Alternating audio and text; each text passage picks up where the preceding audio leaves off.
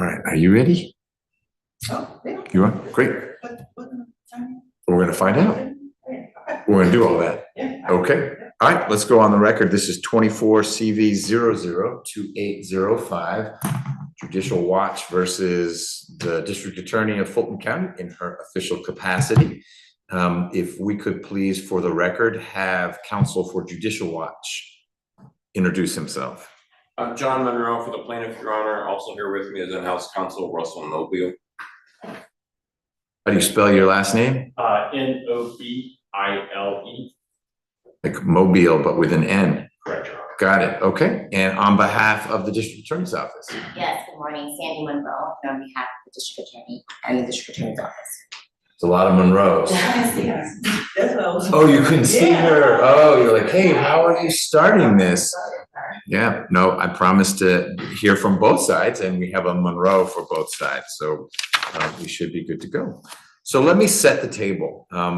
My understanding of where we are procedurally is that if we go way back in time, Judicial Watch filed an Open Records Act request with the District Attorney's Office.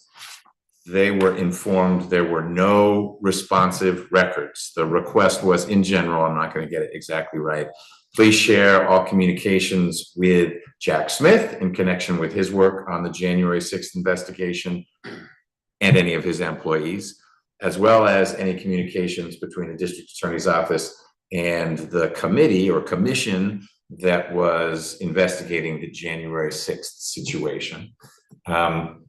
That was more or less the request. More relevant to what we're working through today, the response, whether it was from the District Attorney's Office or through the County Attorney, I'm going to refer from the District Attorney. It may have come through the County Attorney's Office, but the response was, we don't have anything. Mr. Monroe and perhaps Mr. Nobile were surprised by that answer. Ultimately, they brought the lawsuit that is before me, seeking to compel compliance with the Open Records Act and for the disgorgement of responsive records. There were some interesting administrative hiccups in the way the case proceeded that culminated in a ruling that the District Attorney was in default. Not purposefully so, but that's how it played out, and that hasn't been challenged yet. So the current posture is that the District Attorney is in default. The default order gave the District Attorney's Office a pretty tight time frame in which to do what it had been asked to do by Judicial Watch originally through the Open Records Act request, which was to produce these documents. And one document was produced. I believe it was something that actually Mr. Monroe had provided the District Attorney's Office, saying, here's a reason why we think there might be some things. And that was handed back. And as well, there was a response that said, well, and these aren't the exact words, but either we looked for the first time or we looked again, and there are some things, but you can't have them because they are privileged or for whatever reason, they are not under the terms of the ORA properly disclosable. And so here we are. Mr. Monroe is seeking on behalf of Judicial Watch two things. Only one is ripe for discussion, and that's the attorney's fees. There is also a pending motion to have a special master appointed to clear up some of the mystery around how could the first answer be we have nothing, and then the second answer is we have something, but you can't have it. I understand the basis for the request. Ms. Monroe, on behalf of the District Attorney, I don't expect you to be ready to respond to that. We may kick it around a little bit, but it's not yet right.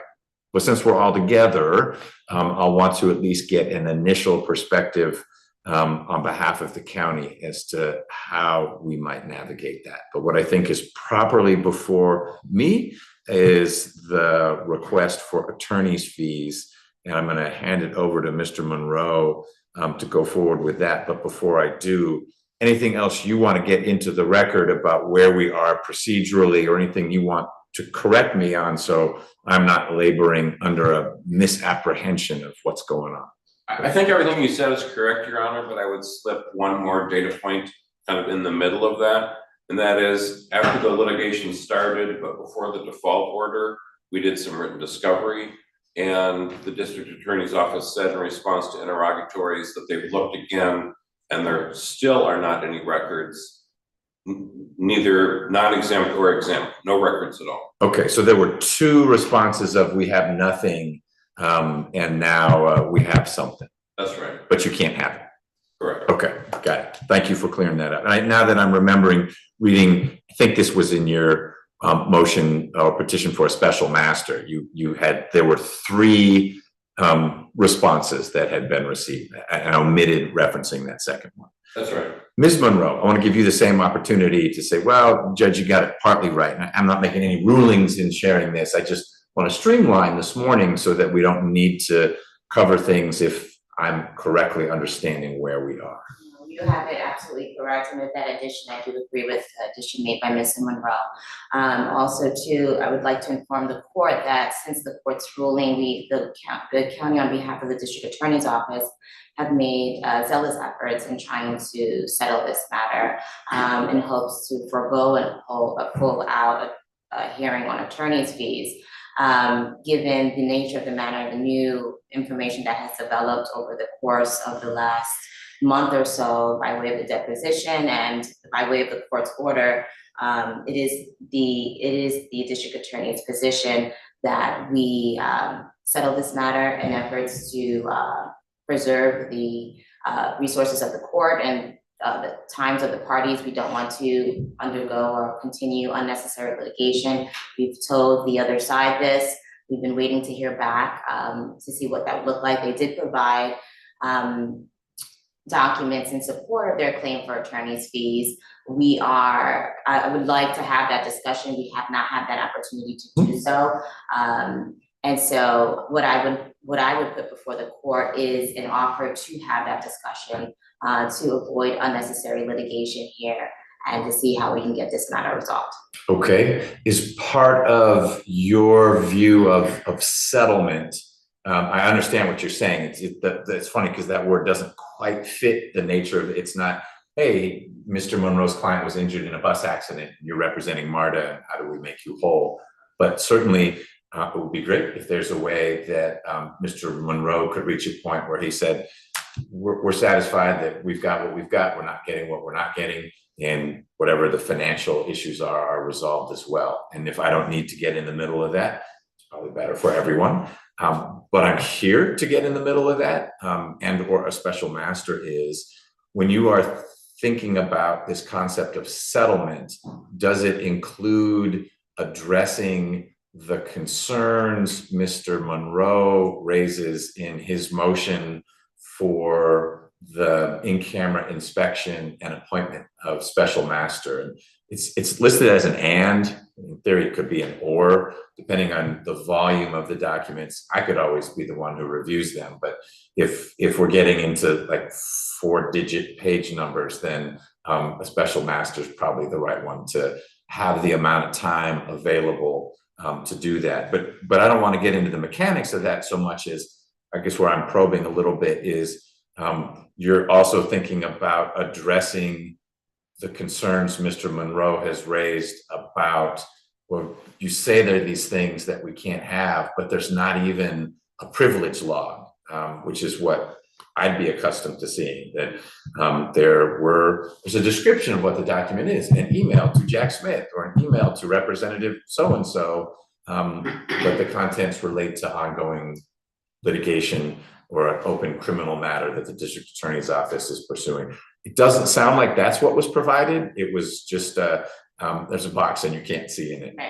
So talk to me a little bit about what you envision. Again, you're not binding yourself to anything, but what does settlement mean? Not on the $20,000 is a whole lot for attorney's fees. Maybe we could do less than that. What about the document side?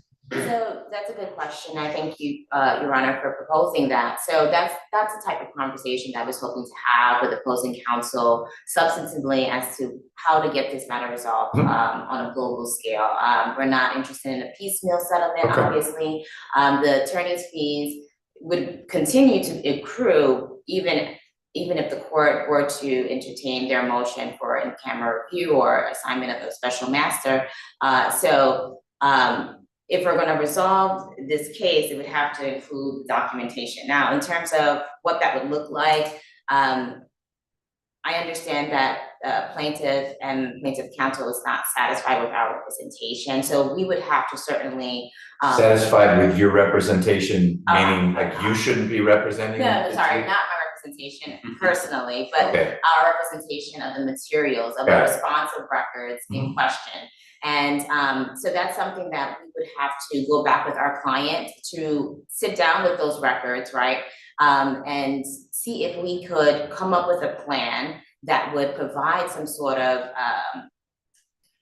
lack of a better word, piece in terms of what these documents are, why they're being withheld, Sure. and how we can eventually close out this matter. So this would be short of having a special master get in the mix or having me get in the mix? Correct. Okay, got it. Again, the goal is to keep costs down and to preserve the, the court's resources and the resources of the parties. Okay, I appreciate your focus on preserving my resources. I, of course, am also focused on timeliness. And by that, I don't mean you've been slow, but this case was filed a while ago. Judicial Watch has been waiting for a while. And so I want to just strike the right balance between what would get things done quickly versus what would get things done efficiently.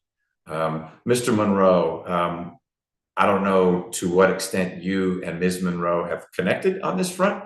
She sounds sincere and motivated to have a conversation about sorting things out lawyer to lawyer rather than pulling the court in or bringing a special master in. Tell me your thoughts about that. Well, we're certainly, not opposed to trying to resolve a case, Your Honor. We've discussed it somewhat. The problem we have is we don't know what we don't know. They've said we've got some stuff, but you can't see it. So I guess all we know to do, the only tool in our toolbox is, well, I guess it's two-pronged one, the in-camera inspection and the special master. Sure. We know that, like for example, Mr. Bond said at his deposition that when their first response of we don't have any records, he admitted in his deposition we never searched. Right. And then the second time, after the case was filed, they said we don't have any records, not even privileged records. And now they're saying, well, we do have some records, but they're privileged. So we don't have a lot of confidence in whatever it is they're doing when they say they're searching. And so since we don't know what's there, it's hard for us to come up with any kind of proposal short of what we've asked the court to do in terms of trying to remedy this. Right. And I don't know, for example, that we could even come up with an agreement on attorney's fees because we don't know what's going to happen going forward. For example, if the court appointed a special master, there might be meetings with the special master, there might be more hearings. There could be a lot more work involved. So at this point, it's hard for us to say we'd settle for this because, as you point out, it's not a bus accident. We can't just say this is how much money we need and we'll be happy and we'll go away. Right. And I don't want anyone to go away, but I do want people to get what they've asked for. So tell me your thoughts, Mr. Monroe, and you may need to confer with Mr. Nobile, and I'll give you a chance to do that. If what we did was to briefly, and by that I mean a matter of weeks, not months, although I'm mindful that today is the last day of business for lots of people for a few weeks. But if we briefly tap the brakes on sorting out attorney's fees, and it's not ripe yet anyway, but ruling on the special master request so that you could, at a minimum, have a discussion with Ms. Monroe to get a sense of what it is they have in mind. And if it's not satisfactory, or you try it out. And it may be that one of the first things that happens is that Ms. Monroe and her legal team say, of course we have to do a privilege log. We can't just say you can't see it. Because I'm not 100% convinced that Ms. Monroe is the generating the flow of communications that get to you. And so she might be able to dig in a bit and say, here's a privilege log, which would give you a better sense of, all right, I see why I want the judge to look at these 10 documents. But I can tell that just based on this log, there's got to be more. I mean, because you've seen nothing, it's hard to know how comprehensive the universe of documents that are alleged to have been found is. And you're certainly entitled, or someone on your behalf, a special master or me, entitled to look into that to say, well, how is there's like a 3-week gap. We have up through July, and then there's not another communication until September. What happened in August? That kind of thing. So I'm wondering if you would be open to having an exchange or two with Ms. Monroe to see where that gets everyone.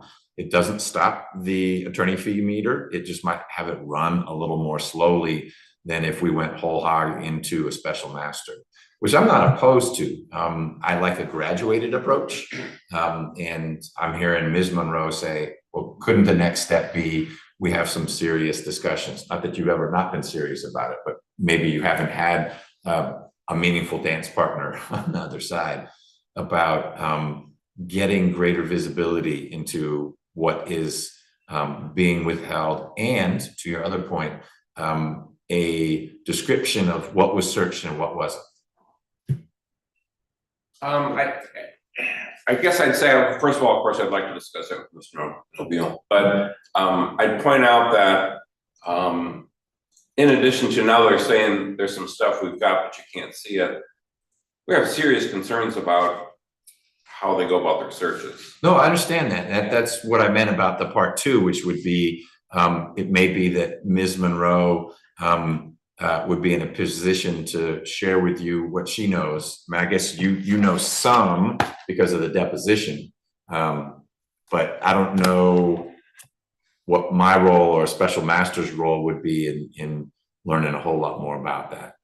Well, what I envisioned when I filed the motion asking for appointment of a special master is basically to have a third party come in and essentially start from scratch, because based on what they've given us and what they've said and Mr. Bond's deposition, it sounds like their methodology for doing searches is very ad hoc and haphazard.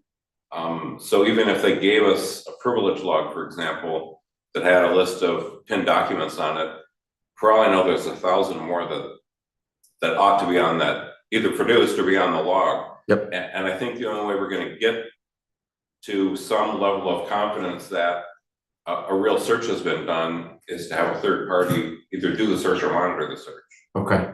So I don't, unless something changes, with what I know today, I don't see a way around having a special master involved. Okay.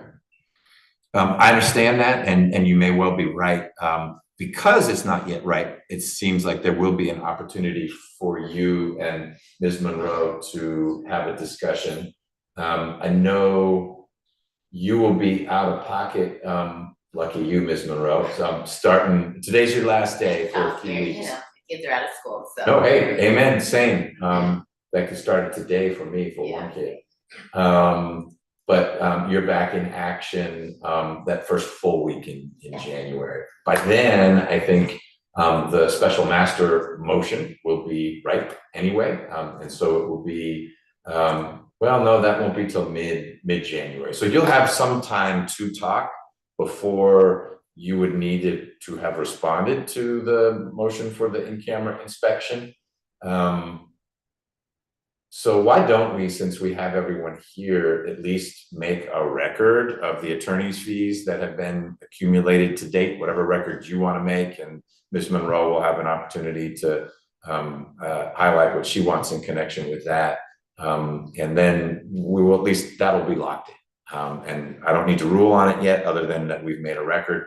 And then I'll encourage the Monroes to take advantage of those first couple of weeks in January to talk about what might be done. And there may be some work that the county does that can be shared with Mr. Monroe that begins to generate some confidence that there was a search that was somewhat thorough, but I fully understand, Mr. Monroe, your sentiment that there hasn't been real wholehearted, full-throated effort to dredge up what ought to be disclosed, or at least identified as responsive but not disclosable under the ORA. So I don't want you to take from this conversation that I'm pushing back on the notion of a special master. It might get pretty contentious and complicated if the special master is implemented sort of at the DEFCON 1 that you're suggesting, which is he or she does the search, because that's sort of in someone's backyard.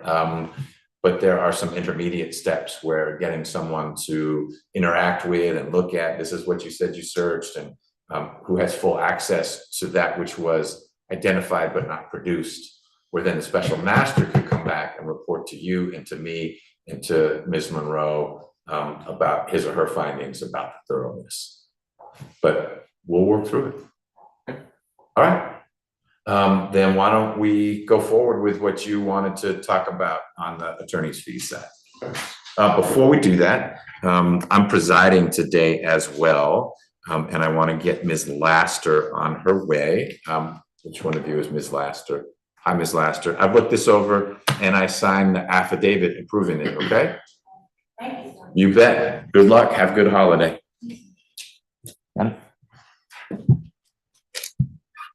Before you start though, maybe it's just, this was one of the filing issues, the motion for attorney's fees. You sent me a hard copy. Can you find it in the? We didn't actually file a motion for attorney's fees, Your Honor. I mean, Why are we here? we requested attorney's fees as one of our items of relief. In your order of default, you said, okay, they're in default. Now we need to have a hearing on attorney's fees. Yeah, okay, good. I just was looking for the hook. I knew we were properly here for that. I just wasn't sure which of your pleadings got us there. So it's your motion for default judgment? Yes, and then after you entered the default, we did file documentation information on fees and affidavit and stuff like that. Just but we didn't actually file a separate standalone motion for fees. We would have, if you would have just entered a default, we would have done that, but you took care of that because in your order, you set it down for a hearing on attorney's fees. Okay, let me get your.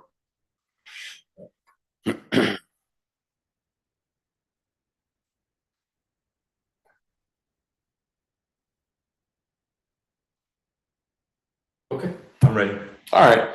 So under OCGA 50-1873B, if the court finds that a party lacks substantial justification in an Open Records Act case, the court shall assess reasonable attorney's fees and other litigation costs.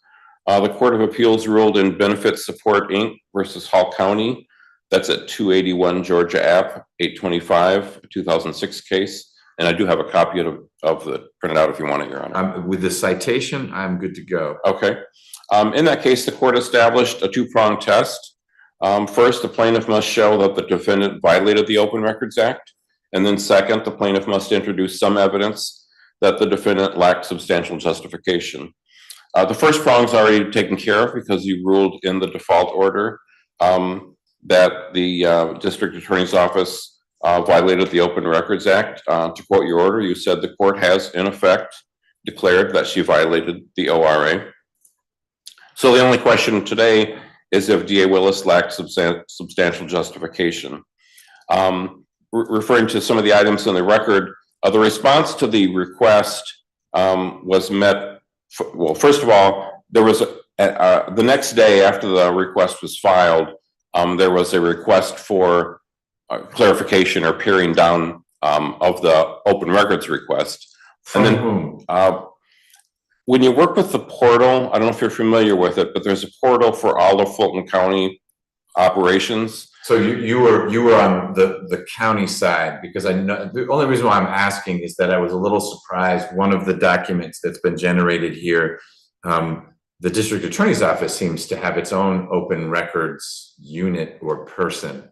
And so I was curious if you were able to tell from your initial, I guess the first thing you received was could you clarify or narrow your request? Ultimately, you received we don't have anything. Right. That all came through the portal and not through anything directly from the DA's office or Mr. Bond or anything like that? So it's a little complicated. If you go on the DA's website, there's a link you can click on for open records requests. That link takes you to the county portal. Okay. Or you can go to the county portal, but you end up in the same place either way. Okay. So you put in a request, and the request itself identifies that you're looking for DA records. I don't know exactly what happens downstream, but it somehow, if it's a DA request, gets sent over to people that work for Mr. Bond that he identified in his deposition. Meaning you would go through the county portal saying, I want to know how many murder cases the district attorney's office pled out in 2023. And if that's a valid request, the county, as best you understood it, the county portal people would have to push that across to the DA's office saying, this is the kind of information we do need to provide. You need to gather it. That's right. Okay. And then it's not apparent to the user, the person who makes the request, who generates a response. It appears to come from the county. Okay. But I've learned based on other cases and during the deposition of Mr. Bond that that if the responses are DA's office related, they're probably actually being generated by someone in the DA's office, but they come through the portal back to the originator of the request. So you can't tell who's answering because they're not signed or anything. Okay. So anyway, originally there was just an acknowledgement receiving the request. And then the next day there was can you please clarify it? And then 5 minutes later, before there was an opportunity to do any clarification, it was, we don't have any responsive records. You had not yet clarified or narrowed your request. You received a request to do that. And before you did anything came number 3, which was, we have nothing. That's right, and I don't even know, I'd have to, Mr. Nomile may not even know, I'm not sure Judicial Watch even had seen the request for clarification before the, we don't have any records came. Okay, so you received an acknowledgement, thank you for making a request. Mm-hmm. Next day, could you clarify or narrow it? And before really someone could take a breath, then we don't have it. That's right. And then Mr. Bond admitted, confessed, whatever during his deposition that in fact no search was done before that response of we don't have any records was created. That's in his deposition transcript on page 76, line 7. Because we had the one letter that we attached to the complaint, then we knew that that can't be correct. There must be some responsive records. So we filed the complaint. And then after the complaint was filed, Mr. Bond said that he searched again, and he said in his deposition that that was largely by asking people if the office had any records. That's in his deposition, page 53, line 15. And then during his deposition, despite repeated questions, trying to get at it from many different angles, Mr. Bond was not able to give a comprehensive description of what search was done and how it was done or anything like that. And then even after the court's order, the response that came in, which we filed into the record, it was undated, it was unsigned, it was just on DA letterhead. There was no privilege log, as you pointed out.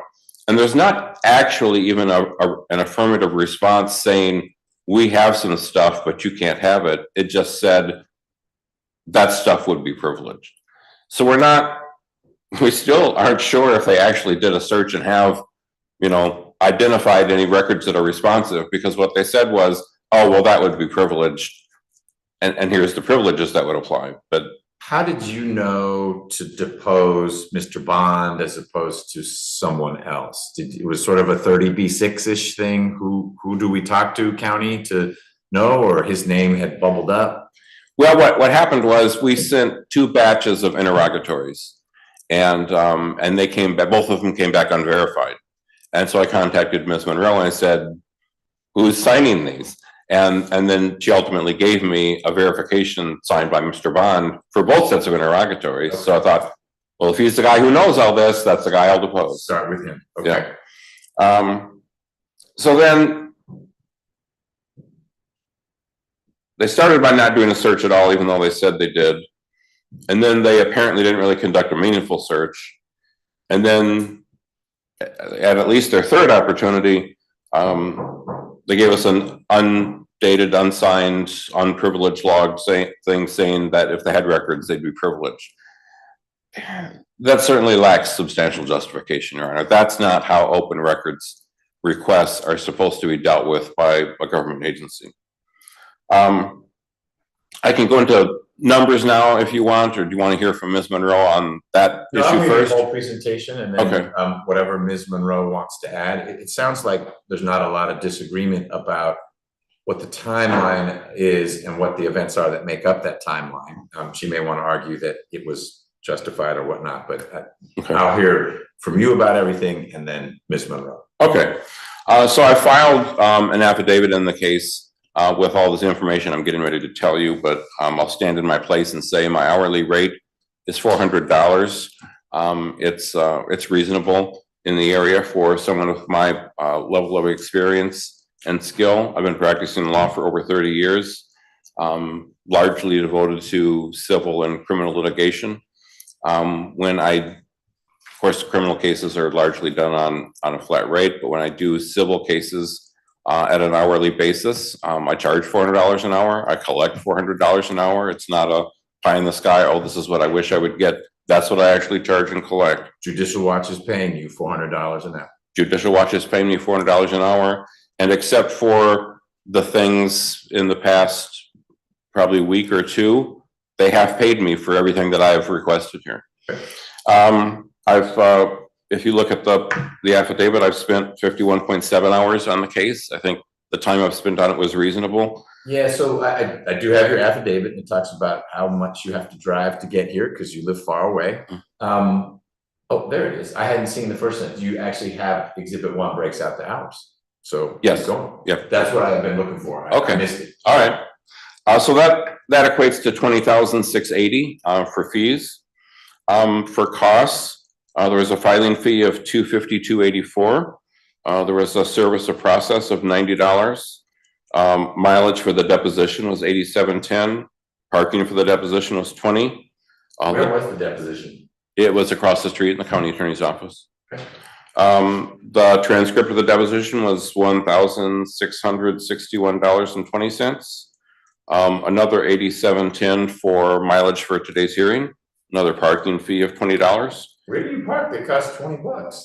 That's how much the underground charges. Really? Yeah. I mean, I don't know of another place to park. No, I didn't know it cost that much. Yeah, and in fact, you can see on the court reporter's bill that I included in there, she also paid $20 for parking. She should be charged the same. Yeah, that's how much it costs to come down and who knew? And petition our government for redress of grievances. Small price to pay. Yeah. So the total costs are $2,218.24, which makes a total fee and cost a number of $22,898.24. I do have some additional documentation of the reasonableness of my fee if you want to see that.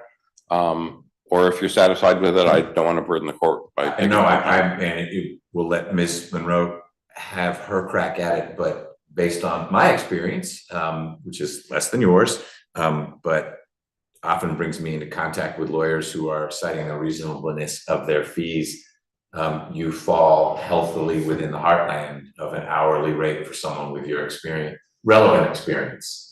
So I don't have an issue with that thus far. Okay, I'll just, without actually going through all the paperwork, I'll tell you that earlier this year, some court in Wisconsin. Well, actually, that was last year. Okay, that wasn't as compelling. Who knows what they pay lawyers in Wisconsin? Less, but because I'm licensed there too. But I will tell you that earlier this year, the Superior Court of Rockdale County found my rate of $400 to be reasonable in a case that involved a fee shifting statute. Okay. And I have that order here if you want to see that. That's all I have, Your Honor. All right. And would you like, I guess it's in the record because it's attached to your affidavit. So we don't need to tender it here. It's something that's available to everyone. Yeah, I don't think so. Okay. Thank you. All right. Thank you. So Ms. Monroe, we don't need to talk about the value of settlement discussions. You can still have those, and I share your view on that.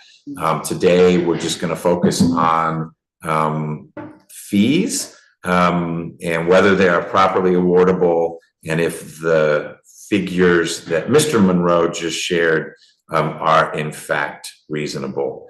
And I'll tell you, just so you can focus your time, I'm not struggling too much with the reasonableness part.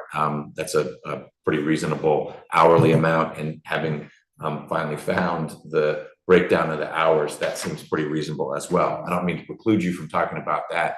I'm more interested though in your view of the lack justification, because of course it doesn't matter if you bill $1 million an hour if his client isn't eligible for the fee award under 1873B, then we don't need to worry about it. So thank you so much for outlining that. So in terms of the substantial justification, I've heard plaintiffs' counsel repeat over and over their confidence in the DA's office ability to, or diligent searches that have taken place. And the letter that was provided to his office pursuant to the court's direction and instruction to provide documents within 5 days of the default order, it specifically states that a diligent search was conducted. And as a result of that diligent search, there are documents, however, they're subject to an exemption. So in terms of their confidence in the actual search, there's nothing that has been brought forth by plaintiffs' counsel to suggest that there is an error in which they went about searching for these documents. Now, I can't speak to how the search was handled at the time of the request, nor can I speak to how the search was handled at the time the two separate discovery requests were provided. I do understand that Mr. Dexabot testified thoroughly as to what he understood the process to be. Just to backtrack a little bit of how open records portal is managed. Fulton County does foster a full open records portal for its agencies and state elected officials of the like of the district attorney's office. When a requester does go to that site, they have the ability to designate an agency in which they are seeking records from. It doesn't pretty much, just because you're using the Fulton County portal doesn't put Fulton County on the hook for every single request that is submitted through the portal, and the lack or response thereof doesn't make them liable or not liable. Plaintiff's counsel, Mr. Monroe. Let me explore that a little bit. So if I went to the portal and said, I want all the Atlanta Police Department police reports for arrests in Zone 5. Mm-hmm. I agree with you. I don't know how that would put the county on the hook for anything, because you're using the wrong portal. You might think that's where I go because Atlanta is in Fulton County mostly. But if I go to the Fulton County Open Records Act portal, better yet, I go to the district attorney's office's website and click on open records, and that gets me over there. And I say, I would like to get from the district attorney's office X. That's a county agency. Yes, it's an elected official, but it's a county agency. Why does that request not trigger potential liability for the county? If it's not a valid request and it gets responded to on time, there's no liability. But if it's a valid request and some actor for the county, here it sounds like it would be someone in the district attorney's office, just don't do a search, because Mr. Bond has testified, we didn't do a search. How does that not, I understand the county attorney's office may have done everything it was supposed to do, and the lawyer or lawyers who man or staff the Open Records Act portal did everything they were supposed to, but another organ of the county, the records suggest to me, didn't, and so the county's liable. Now, whether it's the district attorney's office and it comes out of their budget if I award fees, or it comes out of the county's general fund, I guess I'm not following your line that, hey, just because someone used the portal doesn't mean we're liable. Right. Yes, but if it's my Atlanta police example, you're not liable. But let's use not an example, let's use this case. Yes, this case, in fact. So you have state elected official, the DA herself, has her own designated custodian of records. In this case, at the time, it was Dexter Bond. That is publicized for the public to know. The Fulton County has their separate custodian of records. So although we're using the portal Mhm. as a means to centralize and streamline, will make it convenient for requesters and the public to make a request. Yep. There is a mechanism set in place to designate the request to the particular departments and agencies so that the request is received. And when it's received by that agency, in this case, the district attorney's office, and thus puts them on notice on that request. You got to remember, we have a short time frame, 3 days. Very So short. if we don't have notice of the request, how can we then be notified to actually look for the records and provide the records? Fulton County, just by way of the portal, doesn't give them notice of a request. Once you designate an agency, they then have notice of that record, and that's what happened here. Okay, The DA's office was designated as an agency, and that's where the request was submitted. okay. And all the responses were from the DA's office. It wasn't ambiguous. There's no, it's not like the responses are coming from Fulton County, although there is a general automated response that does label you'll see Fulton County as one of the headers. We have since modified that to make it more understandable to the public and to the requester that this is just a automatic generated response, but that the respective agencies will be in contact with you regarding your request. And When you say you responses. since modified it, that would have been after this situation? I don't know exactly for sure, but we do know that this has been a reoccurring issue in terms of who exactly is in receipt of these open record requests. So in the record, attached to the complaint is the initial email, I think it's the initial one. And both will correct me if I'm wrong. Someone named Patrick Franciscon, Francescon, had emailed the portal, and there was a response to him that says, "Thank you for submitting an open records request to Fulton County, Georgia." And it signs a reference number, what they've requested, and does say, "We will send the request to the appropriate department." But there's no mention of the district attorney's office in here. So Right. if I'm Mr. Franciscan, who's our member of the community, who is looking for these things, all he knows is that the county is working on this. Right. Okay. That's understandable. And then there is follow-up, subsequent correspondence between the actual agency and the requester to kind of clear that up. So in this instance, that's what happened here. We had the DA's office who then sent that follow-up request saying, "Hey, please clarify your request." And then that subsequent correspondence saying that we have no responsive records, So all you- of which came from the DA's office. Okay, and I'm not doubting you at all, but if I am Mr. Franciscan, am I pronouncing that name correctly? Yep. If I'm Mr. Franciscan, I got an email on August 22nd of 2023. That was the generic, "We got your request, here's what you asked for. We, the county, are routing it to the appropriate department." 1 day later, almost to the hour, I, Mr. Franciscan, received an email, not from the DA's office, from Kay Burwell, one of your colleagues, that lists her as open records custodian. And it says, "The Fulton County District Attorney is in receipt of your request. Please simplify your request." So as Mr. Franciscan, I think, all right, it looks like the office of the county attorney, that's in big letters at the top. That's who I'm communicating with, and the message is from Ms. Burwell. Right. And that was at 1:57, and at 2:02, so 5 minutes later, seemingly Ms. Burwell of the county attorney's office sent an email that says, "After carefully reviewing," that's an important adverb, "your request, we do not have the responsive records." So what I'm hearing you say is those two sentences, because for whatever reason, it's two sentences, "After carefully reviewing," let me share the screen. So we all are seeing the same thing. Because I just want to make sure I'm understanding it. All right, and I think I can make that a little bigger. So I am focused on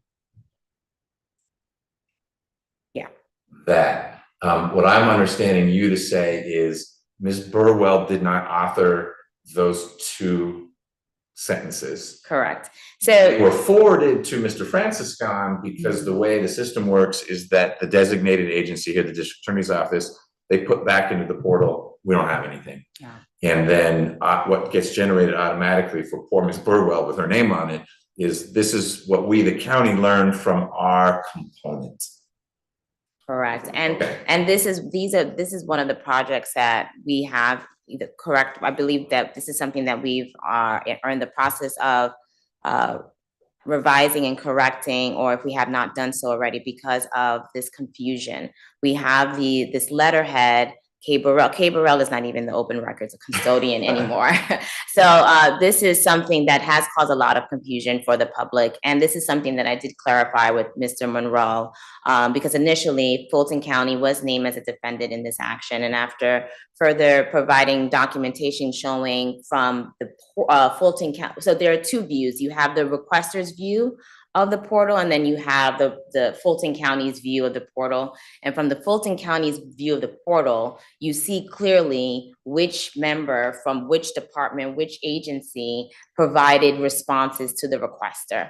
And I was able to provide that to Mr. Monroe, which then clarified who in fact received and who in fact responded. And in this case, it was verified that that was actually the DA's office who received and responded to the request, which is why Fulton County was removed from this action. But I do agree with the court in how that can be very, very confusing to the public who may not be someone who is well versed on how this works or has much experience with how this works.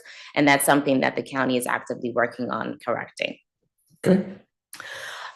So just to remind the court of my last point in terms of our diligent search, which was represented in our most recent communication and a letter to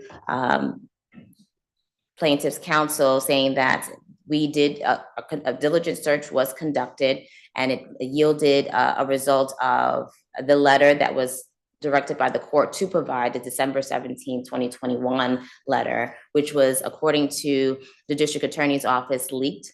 That letter too was supposed to be privileged. However, that letter was leaked. They had access to it, and pursuant to the court's order, we provided that letter. We also provided that letter in our discovery responses, in the first set of discovery responses.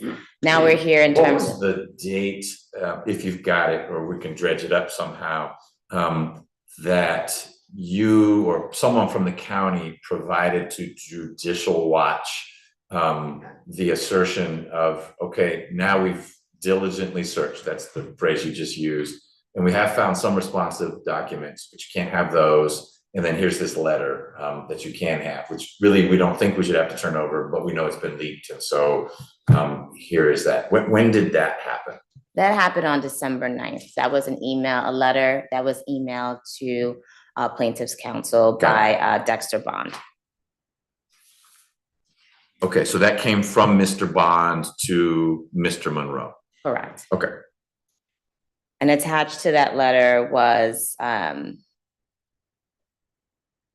court's default order, and it as Exhibit A, and Exhibit B being the December 17, 2021 letter from the district attorney, Bonnie T. Willis, to Honorable Bernie G. Thompson, a chairman with the January 6th attack committee. Okay. So if I could just, I know counsel went over his fees in Exhibit 1. If I could just highlight some things that we did find a bit questionable in the list of fees. So obviously, fees must be earned before they could be asked for. And in this case, we do have the attendance of an attorney's fee hearing that had not been earned at that time, a drafting of a motion for special master and in-camera inspection. I had not received a copy of that. motion, nor was I notified that a motion of that nature was filed or going to be filed. We've never had that communication before. So I did call Mr. Monroe regarding that. He represented to me that he had not filed it yet and that he was going to file it. So we took It hit issue. the docket, well, it's listed as being filed effective the 17th, so 3 days ago. Okay, but it was billed for on the 12th. Okay.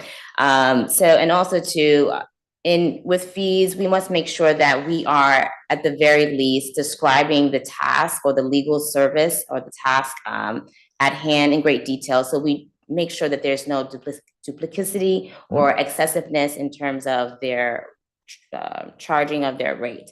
So for example, we have here emails to client let's go back to, let's start at December 3rd, correspondence to client. The task is not detailed here. I don't know what this correspondence is concerning. We have here, moving down to May 30th, calls and emails to client. I don't know regarding what. May 29th, same thing, correspondence with client. I don't know regarding 5/21, same idea, tasks not detailed. And there's a few others here. May 10th, correspondence to client. May 6th, May 1st, correspondence to client, where we don't have a detailed understanding of what those communications involved.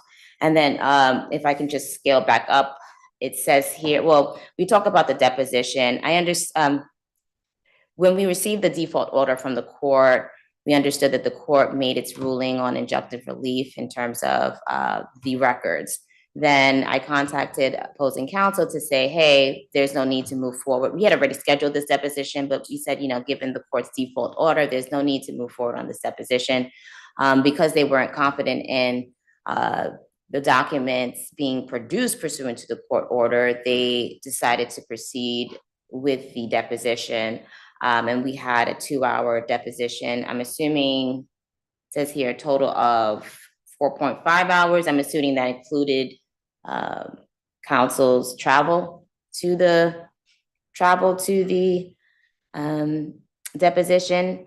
But it says here, attend deposition, 4.4 hours. The deposition was only 2 hours long. So I'm not sure if the 2.5 hours were for travel.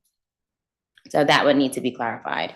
All right, so we have here on 11/15/2024, review leave of absence of San Monroe of 0.3. To review my leave of absence, I don't believe that would take that long, so we do deem that to be excessive. Took me about 4 seconds. Right. Taking 2 weeks off for the holidays. Exactly. July 22nd of 2024, it says here, review Fonnie Willis's discovery response and discuss with Russ. I don't know who Russ is, but assuming that's his client. I do believe that's duplicative, and I'm going to tell you why. Because on July 3rd, right below that, it said reviewed Fonnie Willis's response. So you reviewed it twice, and then you had a discussion with your client on the second time. So when you reviewed it the first time, it was 2.5 hours, and then you reviewed it a few days later and discussed it with your client for 1.3 hours. We do believe that is not only duplicative, but excessive. And that is all I have for now for the court regarding fees. Okay, I appreciate that. Thank you. Mr. Monroe, I have 2 questions about your Exhibit 1 to your affidavit.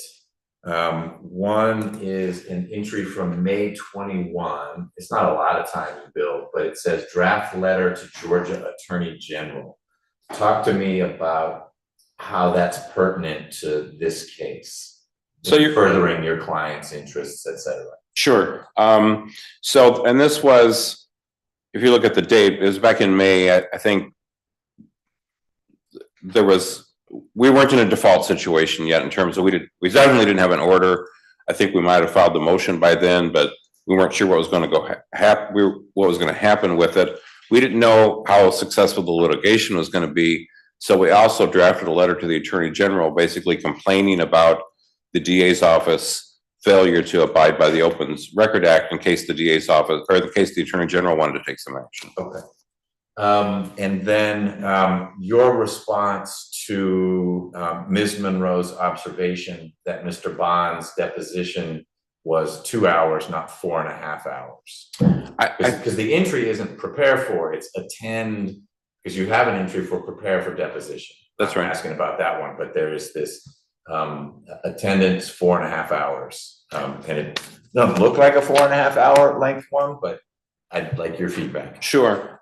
It was actually, I think, more like a 2.5 hour deposition. I mean, obviously time on the clock is not all of it, and we took a break in the middle of it and that kind of thing. But yeah, it does include the time for me to get from my office to the county attorney's office and back again. Okay, that's the Dawsonville commute. That's There right. and back. That's Okay. right.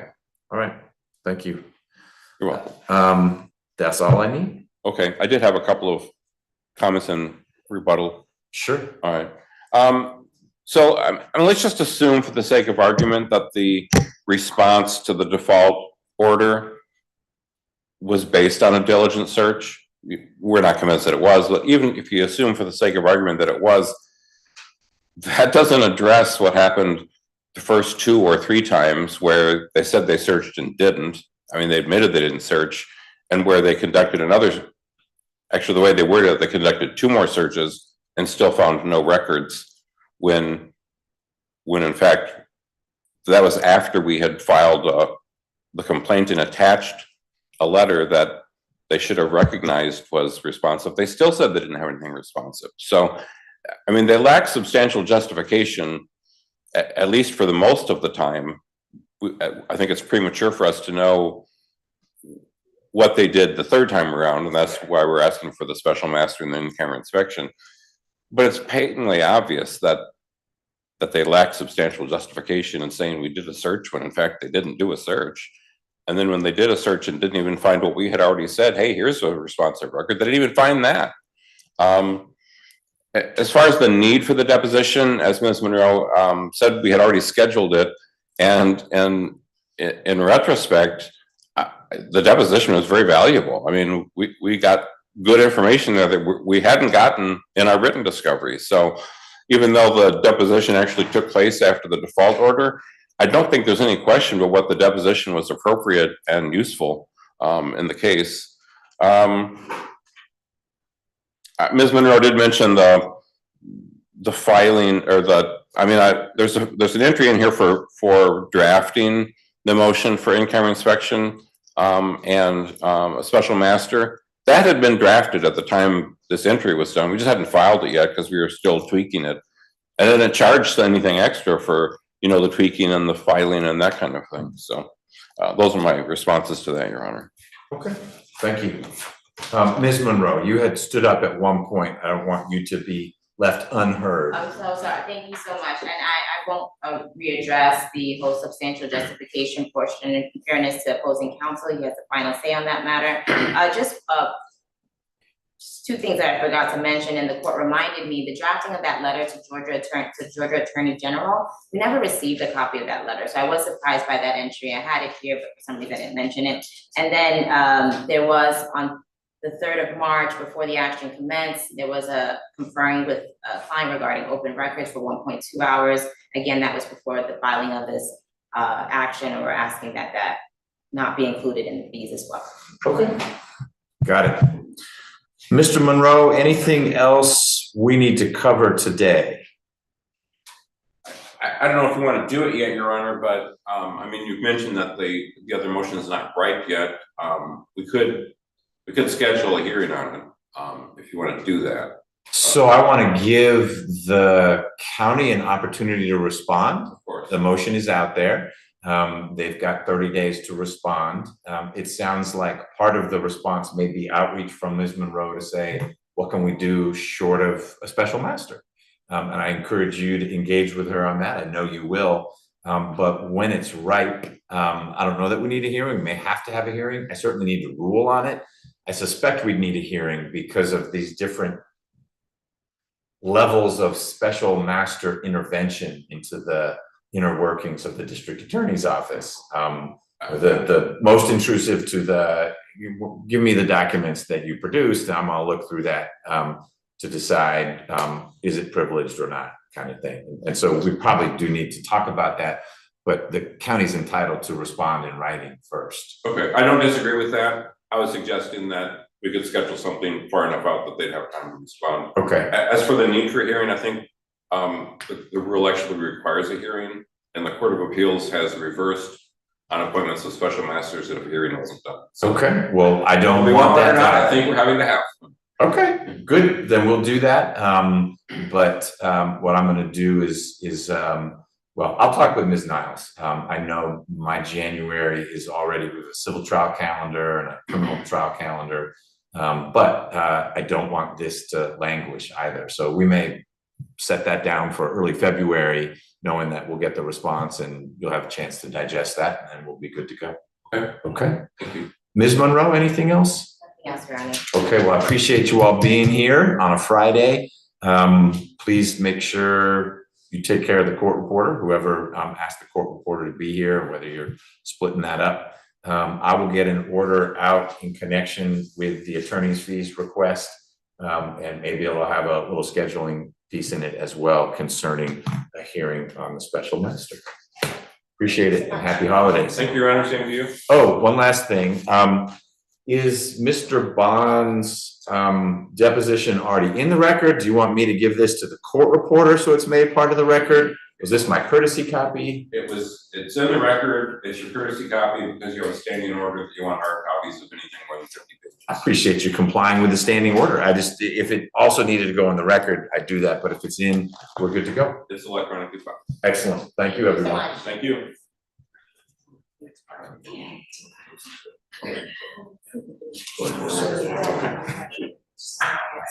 Oh, yeah.